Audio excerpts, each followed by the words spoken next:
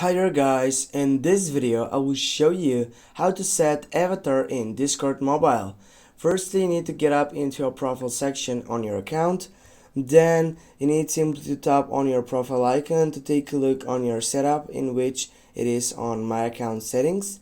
Here, as you can see, you have many options, but here, as you can see, you don't have that option to get up and set your avatar. This is why you're gonna get back and go for user profile on the third selection, and then you're gonna click on your profile icon setup and go for change avatar.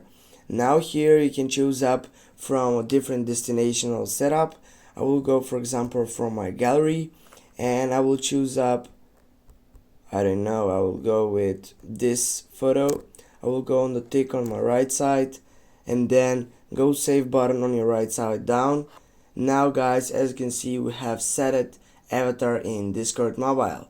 Thanks for watching. Don't forget to hit that like and share the video. See you soon and have a nice day.